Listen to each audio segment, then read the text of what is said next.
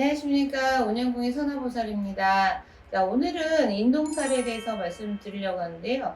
우리가 너도 나도 태어나다 보면 사주라는 곳에 우리들이 살들이라는 걸 많이 끼고 태어나요. 근데 그 중에서 인동살이라고 해서 한문으로 풀이하자면 참을인, 겨울동, 죽일살 해서 엄동살 안에 이 추운 겨울에도 인내심을 갖고 이겨내야 된다는 그런 신살인데요. 즉 우리가 조상들의 업보에 그 업보를 지고 그 후손들이 태어나는 악한 살이라고 조금 보시면 될 것 같습니다. 근데 그 업보가 또 뭐가 있냐? 주로 우리가 볼 거 안 볼 거, 하지 말아야 될 거 할 거, 이런 기타 등등 어떤 죄를 많이 지은 그 조상님들의 업보 때문에 태어나는 후손들이 가지고 태어나는 살 자체가 인동살이라고 보시면 될 것 같아요. 근데 인동살이 뭐냐? 인동살의 특징이 또 뭐냐라고 얘기를 하신다면 어디 가서나 우리가 다치거나 아니면 좀 우리가 열심히 했는데 재물을 좀 모아야 되는데 재물이 모아지지 않거나 아니면 재물도 그렇고 사업 좀 할 수 있어 하는 사주라고 해도 사업이 망하거나 아니면 또 내가 인덕이 없어서 그 주변 사람으로부터 조금 우리가 배신을 자주 당하는 사람, 그러니까 인간 풍파가 많죠. 그런 고뇌에 빠질 수 있을 만큼 우리가 풍파를 많이 겪고 또 내가 노력함에도 불구하고 뭐든지 여튼 실패하는 살들을 우리가 인동살이라고 말씀을 드릴 수 있고 인동살을 가지고 태어나신 분들의 특징이라고 볼 수가 있습니다. 자, 그러면 인동살에는 음력생일 뒷자리를 보시게 되는데요. 1, 3, 8 아니면 뭐 11일, 13일, 18일, 23일, 21일, 23일, 28일 이런 식으로 있는데 저는 또 이렇게 기도를 받다 보니까 5라는 숫자 역시도 인동살이 좀 껴있는 것처럼 보였습니다. 그래서 주로 이제 그 1일에 태어나신 분들 같은 경우는 부모의 복이 없다. 그러니까 부모가 천금만금을 가진 부자라고 하셔도 이 자식 1이라는 숫자를 가진 자손은 부모와 조금 떨어져서 살아야 되는 운이 있으시고요. 또 그 떨어져 살면 이 자손한테도 좋고 부모한테도 좀 좋다라고 볼 수 있는 1의 인동살이 있고요.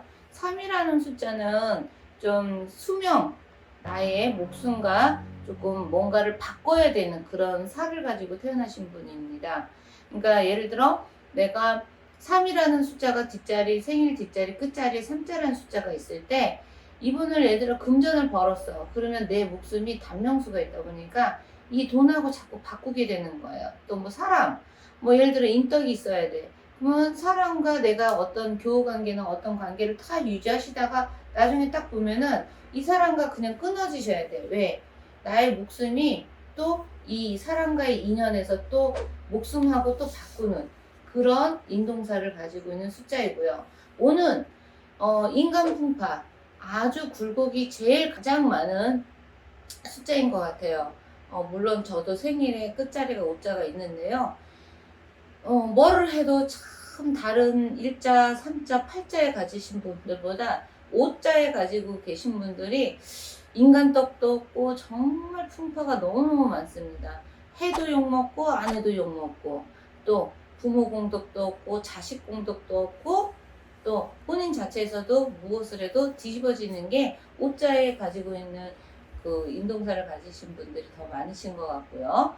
그리고 8자의 숫자를 가지고 인동사를 가지고 계신 분들은 주로 내 책임감은 있으신데 내 권한이 없어요. 그러니까 결론은 뭐냐? 내가 이만큼 해놨으면은 남이 쓱 가져가는 거. 내가 다 된 밥에 젓가락 딱 얹혀놓으면은 남이 와서 본인이 다 차려놓은 것처럼 인심은 다른 사람이 쓰는 겨. 그런 팔자를 가지고 계신 분의 인동살을 가지신 분들의 특징이 바로 이렇게 1, 3, 5, 8 가지신 분들의 특징들이 있습니다. 자, 그렇다면 인동살이 이렇게 험하고 풍파가 많고 다른 살에 비해서 너무 어렵고 괴로운 살인데 이거를 이렇게 무속인들이나 여튼 무속 선생님들을 이렇게 찾아뵈면은 살 풀어라 뭐해라 하는데 인동살은 사실은 살을 푸는 게 아니고요. 말 그대로 조상의 업보로 태어난 후손들이시기 때문에 이런 분들 같은 경우는 살풀이로 가는 게 아니라 조상들의 어떤 고풀이, 조상 고풀이를 한다든지 아니면 우리가 천도제라든지 또 후손들이 이렇게 인동사를 가지고 태어난 자손들이 있을 때는 명다리를 걸어서 어떤 신의 원력으로 보호를, 어르신들한테 보호를 받고 이렇게 사시는 것도 좋은 방법이지만, 사람이 살다 보면 인동살 다 낀 사람이 어떻게 보면 우리나라의 3분의 1이 다 인동살인데, 그렇게 따지자면. 근데 어떤 사람은 잘 살고 어떤 사람은 못 삽니다. 근데 인동살의 또 특징이 뭐가 있냐면 성격이 괴팍하고 그렇게 좋은 편은 아니에요. 왜냐면 성격이 좀 대쪽 같은 성격이 있다 보니까, 기면기고 아니면 아닌 성격들이 있다 보니까 내 자신을 꺾는 게 있어요. 그러다 보니까 다 해놓고 10번 잘했다가 한 번 실수하다 보면은 그래서 욕도 얻어먹는 것 같기도 해요. 그래서 자, 인동살을 가지신 분들의 특징도 이런 것도 있지만 고쳐야 될 것도 또 고치다 보면은 삶이 맨날 어떻게 우리가 고풀이하고 맨날 어떻게 천도제만 하고 살겠습니까?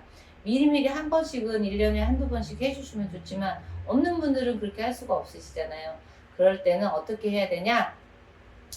비방은 또 다니시는 무속 선생님들 집도 있으시겠지만, 내가 너무 힘들고 너무 어렵고 특히 인동살이 꼈던 분들이 유난히 삼재가 낄 때는 더 힘듭니다. 그럴 때는 꼭 홍수매기, 삼재풀이 이런 거 꼭 하셨으면 좋겠고요. 그리고 그런 것도 못해. 그럴 때는 마음가짐을 일단 잘 가지고 사십시오. 뭐 어쩔 수 없잖아요. 뭐 빚내서 할 수도 없는 거고 하니까 열심히 내 성격 조금씩만 한 번씩 죽이시면서 살아보세요.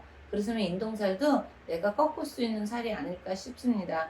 하지만 살다 보면은 내가 어쨌든 이 조상의 업보로 태어난 살들이시니까 조상들한테 한 번씩 대접을 해드리고 대우를 해드리는 것도 내가 살면서, 또 내가 혹시라도 내 자손을 낳을 때 내 자손이 인동살을 안 가지고 태어나게끔 하려다 보면은 조상들에게 어떤 조상의 고를 풀어서 길을 열어드린다든지 천도를 해드리는 것도 하나의 방법이지 않을까 싶습니다. 자, 인동살은 여기까지 마치겠습니다. 감사합니다.